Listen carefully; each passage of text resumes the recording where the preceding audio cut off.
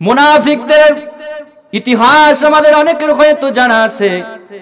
মুনাফিকদের ইতিহাস আল্লাহ রাসূল সাল্লাল্লাহু আলাইহি ওয়াসাল্লাম বনু মুস্তালিক যুদ্ধ থেকে যখন ফিরলেন, বনু মুস্তালিক বিজয় অর্জন করে রাসূল সাল্লাল্লাহু আলাইহি ওয়াসাল্লাম যখন মদিনার দিকে ফিরলেন, রাসূল সাল্লাল্লাহু আলাইহি ওয়াসাল্লামের এই যুদ্ধের সাথে মুনাফিকদের সরদার বলা হয় যাকে আব্দুল্লাহ ইবনে উবাই ইবনে সালুল, যাকে মুনাফিকদের সরদার বলা হয় রাইসুল মুনাফিকুন। মুনাফিকদের সরদার এই আব্দুল্লাহ ইবনে উবাই যদিও জিহাদে অংশগ্রহণ করেছে, রাসূলের সাথে জিহাদে অংশগ্রহণ করে বিজয় অর্জন করেছে। এ কেমন মুনাফিক ছিল? এ রাসূল সাল্লাল্লাহু আলাইহি ওয়াসাল্লামের ইসলামের এবং রাসূল সাল্লাল্লাহু আলাইহি ওয়াসাল্লাম সহ মুসলমানদের সর্বদা ষড়যন্ত্র করত কিভাবে ইসলামকে দাবিয়ে রাখা যায়। যদিও সে রাসূল সাল্লাল্লাহু আলাইহি ওয়াসাল্লামের পিছনে নামাজ পড়ে, হজ করে, যাকাত দেয়, কিন্তু এই মুনাফিক রাসূলের সঙ্গে কেমন শত্রুতা করেছিল। কারণ রাসূল সাল্লাল্লাহু আলাইহি ওয়াসাল্লাম মক্কা থেকে মদিনায় হিজরত করার পূর্বে এই আব্দুল্লাহ ইবনে উবাই ইবনে সালুল মদিনার সরদার হবে আশা করেছিল। এক পর্যায়ে সিদ্ধান্ত হয়ে গিয়েছিল যে মুনাফিক এই আব্দুল্লাহ ইবনে উবাই ইবনে সালুল তিনি মদিনার সরদার হবেন। ঠিক তেমনি তখনই রাসূল সাল্লাল্লাহু আলাইহি ওয়াসাল্লাম মক্কা থেকে হিজরত করে মদিনায় আসলেন। তখন এই আব্দুল্লাহ ইবনে উবাই ইবনে সালুনের সব আশা শেষ হয়ে যায়। এইখান থেকে আব্দুল্লাহ ইবনে উবাই ইবনে সালুন সর্বদা চাইতো রাসূলকে কিভাবে দাবিয়ে রাখা যায়, ইসলামকে কিভাবে দাবিয়ে রাখা যায়। কারণ এদের কারণে সে সমাজের নেতৃত্ব পায় নাই, সমাজের নেতা হতে পারে নাই। এই আব্দুল্লাহ ইবনে উবাই ইবনে সালুন রাসূল সাল্লাল্লাহু আলাইহি ওয়াসাল্লাম যখন মক্কাতে যখন ওই বনু মুস্তালিক বিজয় করে যখন মদিনার দিকে রওনা হইলেন, পথের মধ্যে রাসূল সাল্লাল্লাহু আলাইহি ওয়াসাল্লাম সাহাবায়ে কেরামদেরকে নিয়ে যখন বনু যেই মুরাইসি নামক একটা কূপ রয়েছে, এই কূপের যখন তাবু গাড়লেন, তাবু গাড়ার পর সেখানে তারা বসবাস করতে লাগলো, থাকতে লাগলো। হঠাৎ করে মুহাজির এবং আনসারদের মধ্যে, মুহাজির বলা হয় যারা মক্কা থেকে মদিনায় হিজরত করেছে, আর আনসার বলা হয় যারা মদিনাবাসী, এই দুই দল এরা মুসলমান সাহাবী রাসূল সাল্লাল্লাহু আলাইহি ওয়াসাল্লামের সাথে জিহাদ করে বিজয় অর্জন করে মদিনার পথে রওনা দিল। পথিমধ্যে হঠাৎ করে আনসারদের মধ্য থেকে এক ব্যক্তি হযরতে জাহজা রাদিয়াল্লাহু তাআলা আনহু, আর আনসারদের মধ্যে হযরতে সিনান রাদিয়াল্লাহু তাআলা আনহু, মুহাজিরদের মধ্য থেকে হযরত জাহজা আর আনসারদের মধ্য থেকে হযরতে সিনান, এই দুইজনের মধ্যে এই কূপ থেকে পানি উঠানো নিয়ে হঠাৎ করে একটু তর্ক বিতর্ক লেগে যায়। এক পর্যায়ে দুইজনের তর্ক বিতর্ক লাগার কারণে এক পর্যায়ে মুহাজির যেই সাহাবী হযরতে জাহজা রাদিয়াল্লাহু তাআলা আনহু সিনানকে একটা লাঠি অথবা চর মারে, এইটা তৎকালীন সময় বড় মারাত্মক অপমান মনে করত। এক পর্যায়ে ওই যে সিনান রাদিয়াল্লাহু তাআলা আনহু সে ছিল আনসার সাহাবী। এক পর্যায়ে সে তার সাথীদেরকে ডাকলো, কে কোথায় আছো, আসো আসো। ওই যে মুহাজির সাহাবীরা আমাকে মেরেছে, আমাকে গালমন্দ করেছে। আর একদিকে এই যে আনসার সাহাবী সেও তার বংশের লোকদেরকে ডাকাডাকি করতে লাগলো, কে কোথায় আসো, আসো আসো, আমাকে সাহায্য করো, আমাকে মুহাজির ভাইরা আমাকে গালমন্দ করে, আমার বংশ নিয়ে কথা বলে, কে কোথায় আসো আসো। এক পর্যায়ে উভয়ের মধ্যে তর্ক বিতর্ক লেগে যায়। আর ওদিকে যে ওই যে মুনাফিকদের সর্দার আব্দুল্লাহ ইবনে উবাই ইবনে সালুল সেও তার লোকদেরকে লেলিয়ে দিতে লাগলো, কে কোথায় আসো, যাও যাও, নিজের বংশের লোকদেরকে সাহায্য করো, কে কোথায় আসো, যাও। এই তর্ক বিতর্ক যখন বড় ধরনের হয়ে গেল। রাসূল সাল্লাল্লাহু আলাইহি ওয়াসাল্লামের তাবুর মধ্যে যখন এই সংবাদ পৌঁছালো, আওয়াজ চিল্লামিল্লির আওয়াজ যখন রাসূলের কাছে পৌঁছালো, রাসূল সাল্লাল্লাহু আলাইহি ওয়াসাল্লাম তাবু থেকে বের হয়ে যখন তাদের নিকট আসলেন, আসিয়া দেখতে পেলেন তারা তর্ক বিতর্ক করতেছে। রাসূল সাল্লাল্লাহু আলাইহি ওয়াসাল্লাম তাদেরকে ডাক দিয়ে বলতেছেন, মা বালু দাওয়াল জাহিলিয়া, কি হলো তোমাদের? তোমরা তো জাহিলিয়াতের ন্যায় শুরু করেছো। কি হলো তোমাদের? তোমরা তো সেই জাহিলিয়াতের কার্যকলাপ শুরু করে দিয়েছো। মনে করেন দুনিয়ার মধ্যে স্বাভাবিকভাবে আমাদের যখন সমাজের মধ্যে দুইজন ব্যক্তি যখন ঝগড়া লাগে, মনে এক দুই বংশের, তখন এর বংশকে ডাকে, আর অপর যে আছে সে তার বংশদেরকে ডাকে, কে কোথায় আসো, আসো আমাদেরকে সাহায্য করো। এক পর্যায়ে দেখা যায় বংশে বিরাট ধরনের গ্যাঞ্জাম লেগে যায়। রাসূল সাল্লাল্লাহু আলাইহি ওয়াসাল্লাম বলেছেন, কি ধরনের আচার শুরু করেছো তোমরা? তো জাহিলিয়াতের ধরনের কার্যকলাপ শুরু করেছো, তো জাহিলিয়াতের কাজ। যাই হোক, রাসূল সাল্লাল্লাহু আলাইহি ওয়াসাল্লাম উভয়ের মধ্যে মীমাংসা করে দিলেন। রাসূল সাল্লাল্লাহু আলাইহি ওয়াসাল্লাম উভয়ের মধ্যে মীমাংসা করে দিলেন, একে অপরকে ক্ষমা করে দিল। কিন্তু ওই যে আনসার যে সাহাবীরা ছিল, এদের মধ্যে কিছু ছিল ওই মুনাফিক আব্দুল্লাহ ইবনে উবাইয়ের সরদারের দলের লোক।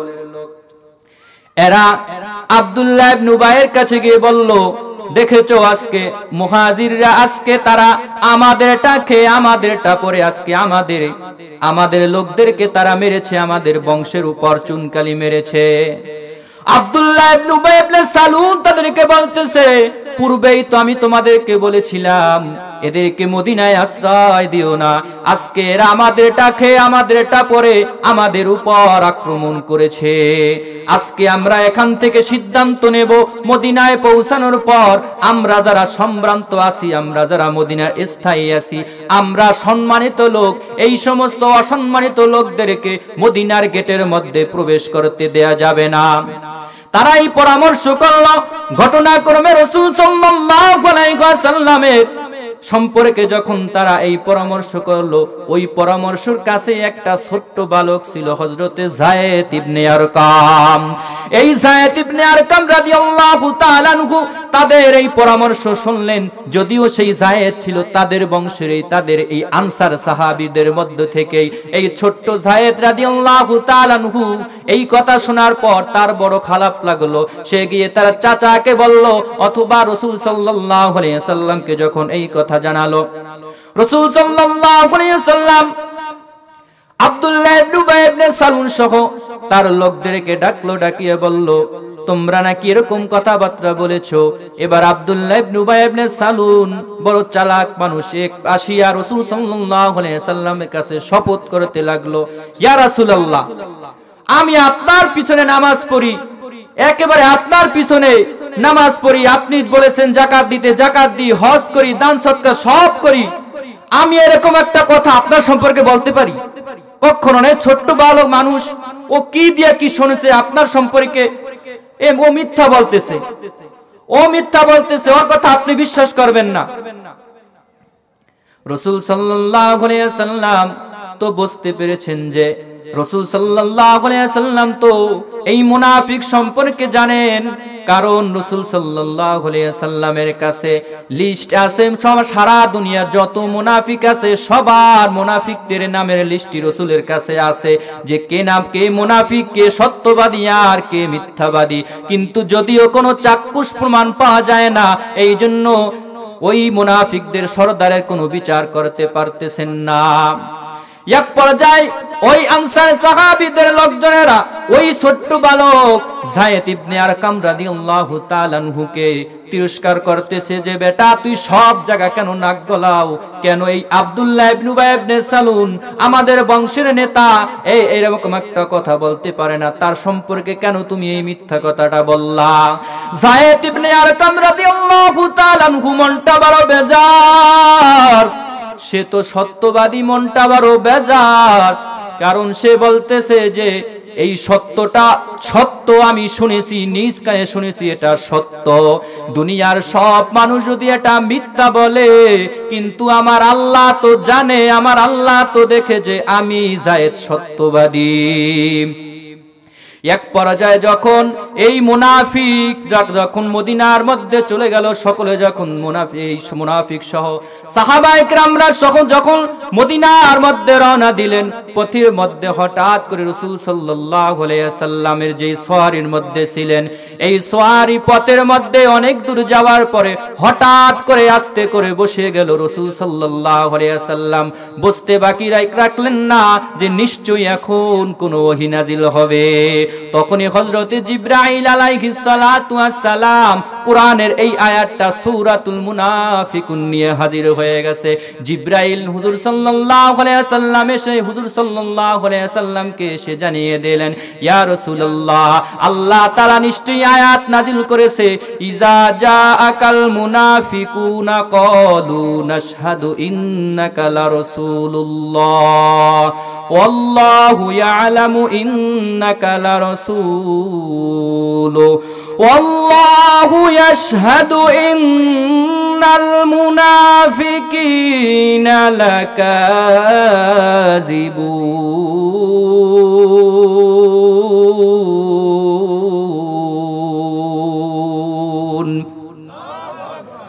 আল্লাহ রাব্বুল আলামিন আয়াত নাজিল করে দিয়েছে, নিজা জাআকাল মুনাফিকুন, এ রাসূল, এই মুনাফিকরা যখনই আপনার সামনে আসে তখন আপনাকে সাক্ষ্য দেয়, ইয়া রাসূলুল্লাহ, আমরা আপনাকে মানি, আপনি সত্য নবী, এটা আমরা মানি। আল্লাহ রাব্বুল আলামিন বলেন, ইয়া রাসূলুল্লাহ, আল্লাহ তাআলা জানেন যে আপনি সত্যি আল্লাহ রাসূল। আল্লাহ জানেন ওই মুনাফিকরা বলুক আর না বলুক, আর স্বীকার করুক আর না করুক, আল্লাহ তাআলা জানেন যে আপনি নবী। আর আল্লাহ তাআলা এই মুনাফিকদের সম্পর্কে সাক্ষী রেখে বলতেছে, আল্লাহ বলেন, আল্লাহ নিজেই মুনাফিকদের সম্পর্কে সাক্ষী দিয়ে বলেন যে আমি আল্লাহ নিজেই বলতেছি এই মুনাফিকরা হলো মিথ্যাবাদী। এক পর্যায়ে যখন তারা মদিনার মধ্যে চলে গেল, মদিনার গেটের মধ্যে যাওয়ার পরে এবার ওই যে তারা বলেছিল সম্ভ্রান্ত লোকেরা অসম্ভ্রান্ত লোকদেরকে মদিনার গেটের মধ্যে প্রবেশ করতে দেয়া যাবে না, ওই আব্দুল্লাহ ইবনে উবাইয়ের ছেলে হযরতে আব্দুল্লাহ রাদিয়াল্লাহু তাআলা আনহু এ তরবারি নিয়ে মদিনার গেটের মধ্যে দাঁড়িয়ে গেছে। তার আপন ছেলে বাপের বিরুদ্ধে, বাবার বিরুদ্ধে তরবারি নিয়ে দাঁড়িয়ে গেছে আব্দুল্লাহ ইবনে উবাইয়ের ছেলে হযরতে আব্দুল্লাহ রাদিয়াল্লাহু তাআলা আনহু। এবার মদিনার গেটের মধ্যে ঢুকতেছে আব্দুল্লাহ রাদিয়াল্লাহু তাআলা আনহু, তরবারিটা জাগায়া বলতেছে, তুমি না বলেছিলে যে মদিনার মধ্যে সম্ভ্রান্ত লোকেরা অসম্ভ্রান্ত লোকদেরকে প্রবেশ করতে দিবা না? আজকে প্রমাণ হয়ে গেছে তুমি অসম্ভ্রান্ত লোক, আর রাসূল সাল্লাল্লাহু আলাইহি ওয়াসাল্লাম এবং তার সাহাবীরা হলো সম্ভ্রান্ত লোক। আমি তাদের পক্ষ থেকে বলতেছি, আজকে তুমি অসম্ভ্রান্ত লোক, তুমি আজকে এই মদিনার গেটের মধ্যে প্রবেশ করতে পারবা না। রাসূল সাল্লাল্লাহু আলাইহি ওয়াসাল্লাম এবার ওই যায়েদ রাদিয়াল্লাহু তাআলা আনহুকে অনুমতি দিলেন। যখন তার কাছে এই সংবাদ পৌঁছালো যে যায়েদ রাদিয়াল্লাহু তাআলা আনহু তার পিতাকে মদিনার মধ্যে প্রবেশ করতে দিতেছে না, যায়েদ রাদিয়াল্লাহু তাআলা আনহুকে যখন রাসূল বললেন তুমি তোমার পিতাকে মদিনার মধ্যে প্রবেশ করার অনুমতি দাও, তখন রাসূল সাল্লাল্লাহু আলাইহি ওয়াসাল্লাম যখন অনুমতি দিলেন, যায়েদ রাদিয়াল্লাহু তাআলা আনহু এবার তার পিতাকে অনুমতি দিয়ে গেটের মধ্যে প্রবেশ করতে দিলেন। এই আব্দুল্লাহ ইবনে আব্দুল্লাহ ইবনে উবাই ইবনে সালুল মুনাফিক, এ তো তার ছেলে যদিও সাহাবী, সে কিন্তু মুনাফিক ছিল না। আব্দুল্লাহ রাদিয়াল্লাহু তাআলা আনহু, এই মুনাফিক আব্দুল্লাহ ইবনে উবাই ইবনে সালুল যখন দুনিয়া থেকে বিদায় নিয়ে চলে যায়, এবার আব্দুল্লাহ রাদিয়াল্লাহু তাআলা আনহু রাসূল সাল্লাল্লাহু আলাইহি ওয়াসাল্লামের কাছে চলে যায়, ইয়া রাসূলুল্লাহ, ইয়া হাবিবাল্লাহ, আমার আব্বা জান দুনিয়া থেকে বিদায় নিয়ে চলে গেছে, আসুন আপনি তার জানাজা নামাজ পড়াবেন, তার কাফনের ব্যবস্থা করেন। আল্লাহ রাসূল সাল্লাল্লাহু আলাইহি ওয়াসাল্লাম, মুনাফিকদের তো লিস্ট আছে তার কাছে, আল্লাহ রাব্বুল আলামিন তাকে আয়াত করে নাজিল করে দিয়েছেন যে রাসূল আপনি ওই যে আব্দুল্লাহ ইবনে রাদিয়াল্লাহু তাআলা আনহু তার জন্য দোয়া করেছেন, কিন্তু সে তো জানে যে আমার পিতা মুনাফিক। এরপরেও আল্লাহ রাসূল সাল্লাল্লাহু আলাইহি ওয়াসাল্লামের কাছে বলতেছে, ইয়া রাসূলুল্লাহ, আমার পিতার জন্য আপনি একটু দোয়া করেন, তাকে নিয়ে আল্লাহ মাফ করে।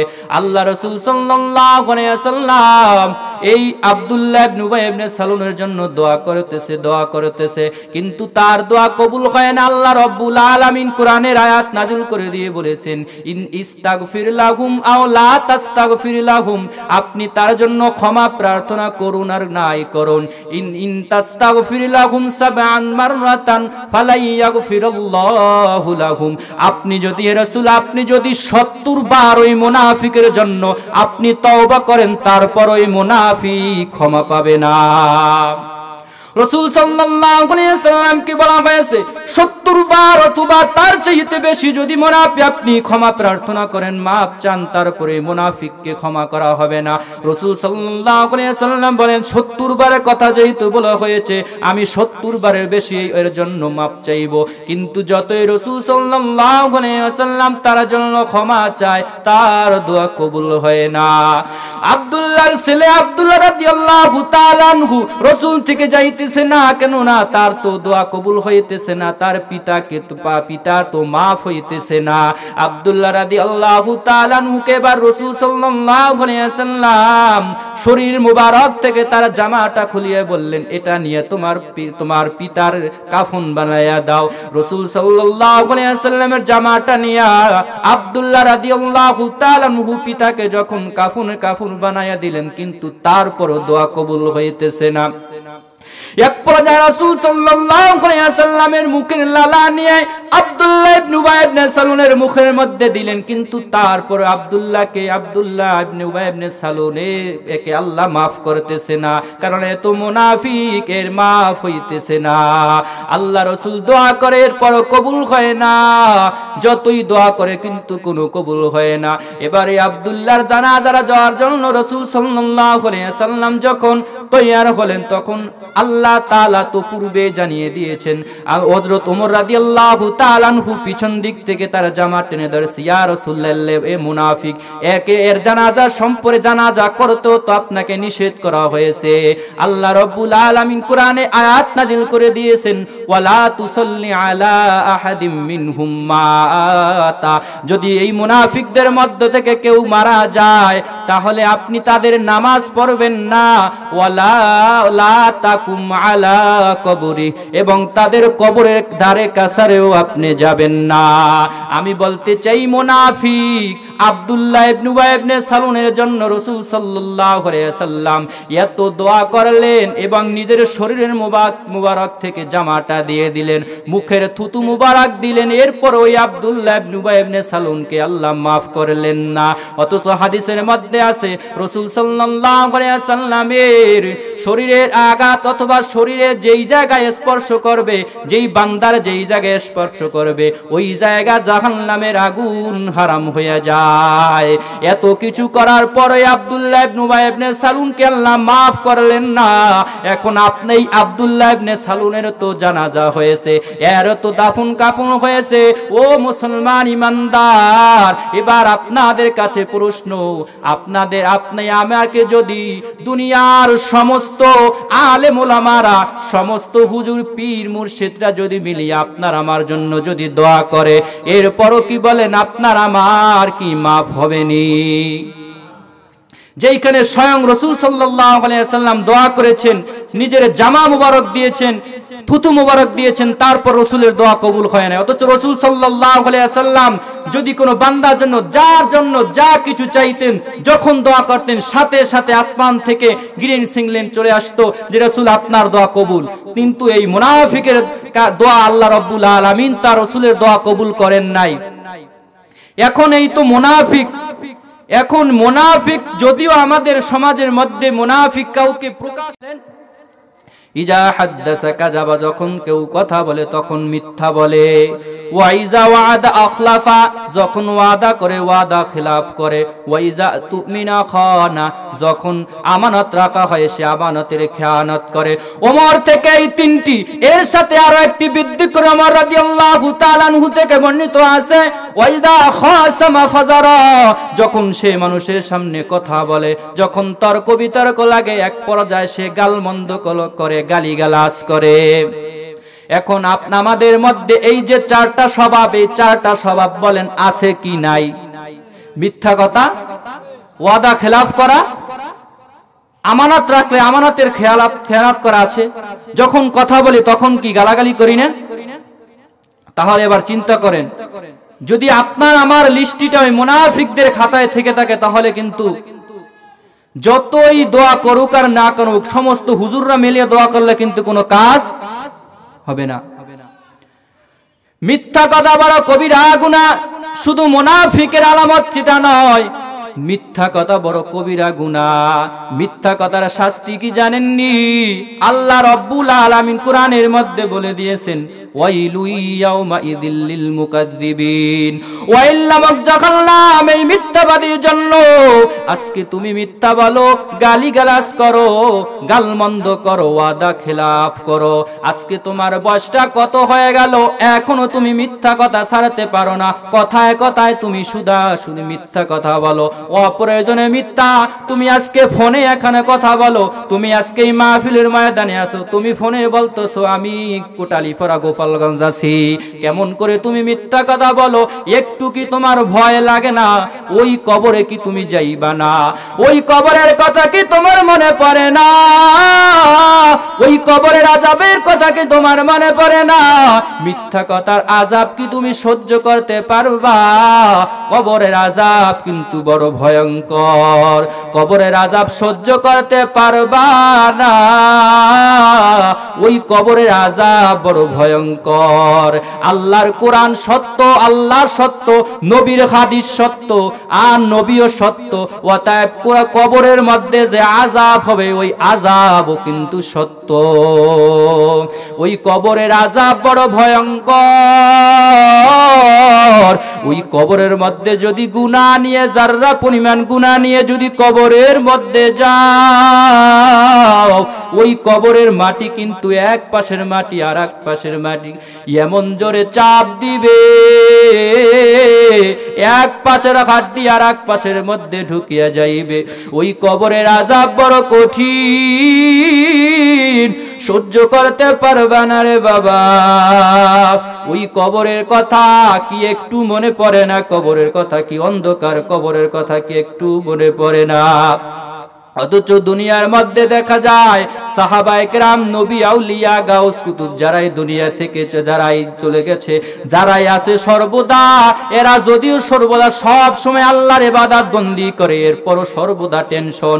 ওই কবরের মধ্যে, কবর বড় অন্ধকার, ভয়ঙ্কর আযাবের গজবের কবর। ওই কবরের মধ্যে কেমনে করে থাকবো? অন্ধকার কবরের মধ্যে। আজকে তারা এত পরিমাণ আমল করা সত্ত্বেও সাহাবী হযরতে আবু বকর, ওমর, ওসমান এই কবর দেখলে সর্বদা কেঁদে উঠতেন, কাঁদতেন, কাঁদিয়া কাঁদিয়া বুকটা ভাসায় দিতেন। কারণ এই কবরের ঘাটি বড় ভয়ঙ্কর। কবর যে কয়টা ঘাটি রয়েছে, এর মধ্যে একটা ঘাটি হলো কবর। কবরের আযাব সহ্য করা যাইবে না। কবর বড় অন্ধকার, কবরের আযাব সহ্য করতে পারবা না। এক পাশের মাটি আর এক পাশের মাটিকে এমন জোরে চাপ দিবে, এক পাশে পাথরের হাট আর এক পাশের পাথরের মধ্যে ঢুকিয়া যাইবে। দুনিয়ার মধ্যে আজকে অনেক মানুষ এখনো আছে, অনেক মা বোনের আছে, অনেক বাবার আছে, এখনো পরিমাণ তারা সর্বদা আল্লাহ হুকুম আহকাম পালন করে। এরপরও গভীর রাতে উঠিয়া আল্লাহর কাছে কাঁদে, কাঁদিয়া কাঁদিয়া আল্লাহর কাছে বলে, ওগো আল্লাহ, ওই কবর বড় অন্ধকার, ভয়ঙ্কর। ওই কবরের মধ্যে কেমন করিয়া থাকবো? অন্ধকার, আযাবের গজবের ঘর। আম্মা জান হযরত খাদিজা রাদিয়াল্লাহু তাআলা আনহা একদিন হাউমাউ করিয়া কান্না করতেছে তার মেয়ে হযরত ফাতিমা রাদিয়াল্লাহু তাআলা আনহা বাবার কাছে গেল, বাবার কাছে গিয়ে বলল, বাবা আম্মা জান কান্না করতেছে। রাসূল সাল্লাল্লাহু আলাইহি ওয়াসাল্লাম ঘরের মধ্যে চলে যান, গিয়ে দেখেন হযরত খাদিজা রাদিয়াল্লাহু তাআলা অজরে কান্না করতেছে। রাসূল সাল্লাল্লাহু আলাইহি ওয়াসাল্লাম ফাতিমা কোলে খাদিজাকে ডাক দিয়ে বলে, ও খাদিজা কেন তুমি কান্না করো? তোমার কান্না আমি সহ্য করতে পারি না। ও খাদিজা কেন তুমি কান্না করো? ডাক দিয়া বলে, ইয়া রাসূলুল্লাহ আমি একজন বৃদ্ধা মহিলা, আপনার বিবাহে বন্ধনে আবদ্ধ হয়েছিলাম, আপনার ঠিকমতো খেদমত করতে পারি নাই, আপনার সংসারে আপনার খেদমত করতে পারি নাই, আপনি যা বলেছেন তা করতে পারি নাই। আজকে মনটা বড় খারাপ, বড় অসুস্থ লাগতেছে রে নবী, মনে হয় আর দুনিয়ায় থাকতে পারবো না। এই খাদিজা রাদিয়াল্লাহু তাআলা আনহা এই রাসূল সাল্লাল্লাহু আলাইহি ওয়াসাল্লামকে ধরে আরো জোরে অজরে কান্না করতে লাগলেন। রাসূল সাল্লাল্লাহু আলাইহি ওয়াসাল্লাম খাদিজাকে বলে, ও খাদিজা তুমি কান্না করিও না, কেন কান্না করো একটু বলো? তোমার কষ্ট আমি সহ্য করতে পারি না রে খাদিজা, কারণ তুমি আমার দুঃখের দিনের বিবি রে খাদিজা, তোমার কষ্ট আমি সহ্য করতে পারি না। তুমি কেন কান্না করো রে খাদিজা একটু বলো? খাদিজা এবার ডাক দিয়া বলতেছি, ইয়া রাসূলুল্লাহ আমার ভয় হয়, আমার ভয় লাগে ওই অন্ধকার কবরের মধ্যে কেমনে করিয়া থাকবো। ওই কবর তো আযাবের গজবের ঘর, ওই কবরে আমি খাদিজা কেমনে করিয়া থাকবো। ওই কবরের কথা মনে পড়ে গেল, এজন্য আমি আজকে কান্না করতেছি গো নবী। নবীরে বলতেছে, ও নবী আমি আপনার কাছে বিদায়ের শেষ মুহূর্তে মনে হয় আর বাঁচবো না, তিনটা ওসিয়ত করতে চাই রে নবী। আপনি আমার এই ওসিয়ত তিনটা মানবেন নি গো নবী? নবী বলে, ও খাদিজা তুমি তিনটা নয় 1000 ওসিয়ত করলে আমি নবী তোমার ওসিয়ত মানবো, বলো তোমার কি ওসিয়ত? খাদিজা রাদিয়াল্লাহু তাআলা আনহা বলে, ও নবী যখন আমি দুনিয়া থেকে বিদায় নিয়ে চলে যাব রে নবী, দুনিয়া থেকে যখন বিদায় নিয়ে যাব আমাকে দুনিয়ার কোন কাফন দ্বারা আমাকে কাফন দিবেন না, আপনি নবীর একটা জামা মোবারক দিয়ে আমি খাদিজার কাফন বানাইবেনলি। নবী বলেন, ও খাদিজা হ্যাঁ আমি বানাইবো, তোমার শর্ত আমি মানবো। 2 নম্বর কি শর্ত বলো? খাদিজা রাদিয়াল্লাহু তাআলা ডাক দেয়া বলতেছে, ও গো নবী 2 নম্বর শর্ত হলো নবী ওই কবরের মধ্যে যখন আমাকে রাখা হবে, ওই কবরের মধ্যে আমি খাদিজাকে রাখার পূর্বে আপনি নবী ওই কবরের মধ্যে নামবেননি। আপনি নবী ওই কবরের মধ্যে নামার কারণে আপনার নবীর থেকে যদি একটু ঘাম মোবারক এই কবরের মধ্যে পড়ে, হয়তো এই কবরের মধ্যে ঘাম মোবারক পড়ার কারণে আর আমার শরীরে আপনার জামা থাকার কারণে এই কবর আমাকে আযাব দিতে পারবে না, এই কবরের মধ্যে ফেরেশতা আসতে পারবে না আমাকে প্রশ্ন করার জন্য। ও নবী আমার এই শর্তটুকু মানবেননি? বলেন হ্যাঁ। নবী বলেন, ও খাদিজা আমি তোমার এই শর্তটা মানবো। 3 নম্বর শর্ত কি বলো? খাদিজা রাদিয়াল্লাহু তাআলা আনহা ডাক দিয়া বলতেছে, ও নবী 3 নম্বর শর্ত হলো নবী আমাকে যখন দাফন দিয়ে কাফন পরিয়ে সব কিছু করিয়ে রাখুন, কবরের মধ্যে রাখিয়া যখন বাঁশ দিয়ে মাটি দিয়ে যখন দুনিয়ার সমস্ত মানুষ যখন যারা যারা চলে যাইবে নবী, আপনি নবী আমার কবর থেকে যাইবেন না গো নবী। ওই কবরের মধ্যে যখন মুনকার নাকির ফেরেশতা যখন আমার কবরের মধ্যে আসবে, আমি ওই ফেরেশতার জবাব দিতে পারবো না গো নবী। আপনি দুনিয়ায় বসে কবরের সাইডে বসে আমি আমার প্রশ্নের উত্তরগুলা দিবেন লিখে বলে নবী। নবী বলে, ও খাদিজা আমি তোমার এই শর্ত মানলাম গো খাদিজা, তুমি কান্না করিও না। কিছুদিন পরে যখন এই খাদিজা দুনিয়া থেকে যখন বিদায় নিয়ে চলে যায়, রাসূল সাল্লাল্লাহু আলাইহি ওয়াসাল্লাম বড় দুর্বল, কারণ তার একমাত্র সঙ্গী ছিল, একমাত্র সাথী ছিল এই খাদিজা। তার নবীজির মা নাই, বাবা নাই, চাচা ছিল, চাচাও নাই, খাদিজা শেষ সম্বল ছিল। এই খাদিজাও আজকে দুনিয়ার মধ্যে নাই। নবী বড় কাল্লা করতেছে, মনটা বড় খারাপ। নবী আমার ডাক দিয়া বলতেছে, ও আমার খাদিজারে বাজারের কোনো কাপড় লাগাইবা না, আমার খাদিজাকে এই চাদর মুবারক নিয়ে যাও। নবী শরীর থেকে চাদর খুলিয়ে দিয়ে বলেন, এই চাদর দিয়ে আবার খাদিজারে কাফন বানায়া দাও। খাদিজারে কাফন বানায়া দিল। খাদিজাকে নিয়ে যখন কবরের কাছে রওনা দিল, নবী এবার কবরের মধ্যে লাফ দিয়ে আগে নামিয়া বলতেছে, ও সাহাবারা, আমার খাদিজারে নামাইবা না, আমি আগে কবরের মধ্যে নামবো, এরপরে আমার খাদিজারে আমার কবরের এই কবরের মধ্যে দিবা। নবী আমার লাভ দিয়া কবরের মধ্যে পড়িয়া একটা গড়াগড়ি দেয়। এই সেই দৃশ্য সাহাবায়ে কেরামরা দেখিয়া হাউমাউ করিয়া কাঁদে আর বলে, ও সাহাবো, খাদিজা তোর কপালটা না কতই ভাগ্যবতী। আবু বকর কেঁদে আর বলে, খাদিজা, এই কবর যদি আমি আবু বকরের হইতো কতই না ভাগ্যবান হইতা ভাবি। আজকে তোর কপালটা না ভালো খাদিজা, তোর কপালটা কতই না ভালো। রাসূল সাল্লাল্লাহু আলাইহি ওয়াসাল্লাম কবরের মধ্যে বসিয়া এবার বলতেছি, দাও দাও আমার খাদিজাকে এই কবরের মধ্যে দাও, আমার কোলের মধ্যে দাও, আমি রাসূল তাকে নিজ হাত দিয়ে কবরের মধ্যে রাখবো। রাসূল সাল্লাল্লাহু আলাইহি ওয়াসাল্লাম কোলের মধ্যে নিয়ে খাদিজাকে এবার যখন কবরের মধ্যে শোয়ায়া দেন, রাসূল সাল্লাল্লাহু আলাইহি ওয়াসাল্লাম হযরত খাদিজা রাদিয়াল্লাহু তাআলা আনহাকে যতই কিবলার দিকে মুখ ঘুরিয়ে রাখতে চান, কিন্তু কিবলার দিকে মুখ থাকে না। কিবলার দিক থেকে মুখটা কেন যেন আসমান বরাবর সোজা হয়ে যায়। রাসূল সাল্লাল্লাহু আলাইহি ওয়াসাল্লাম বলেন, হায় হায়, কি হলো আমার খাদিজার, কি হলো, কিবলার দিকে কেন মুখটা থাকতেছে না? আমার আল্লাহ জিবরাইলকে পাঠায়া দেন, ও জিবরাইল যাও যাও এই খাদিজার আমার বন্ধুকে গিয়ে বলো, এই খাদিজার চেহারাটা যেই আল্লাহ মালিক, ওই কাবার মালিক, ওই কাবার দিকে থাকবে না, বরং এই কাবার যেই মালিক আল্লাহ, আমার খাদিজার চেহারাটা আমি আল্লাহ বরাবর থাকবে। শুধু তাই না রে, রাসূলুল্লাহ সাল্লাল্লাহু আলাইহি ওয়াসাল্লাম যখন খাদিজাকে যখন রাখিয়া যখন টেনশন মুক্ত হইলেন, এই কথা শোনার পর রাসূল সাল্লাল্লাহু আলাইহি ওয়াসাল্লাম কবর থেকে উঠিয়ে এবার খাদিজাকে কাফন দিয়ে যখন দাফন সব শেষ হয়ে গেল, রাসূল কবর থেকে উঠিয়া এবার সমস্ত সাহাবায়ে কেরাম রাসূলকে সান্ত্বনা দিতেন, ইয়া রাসূলুল্লাহ, ইয়া হাবিবাল্লাহ, চলেন বাসায় চলেন।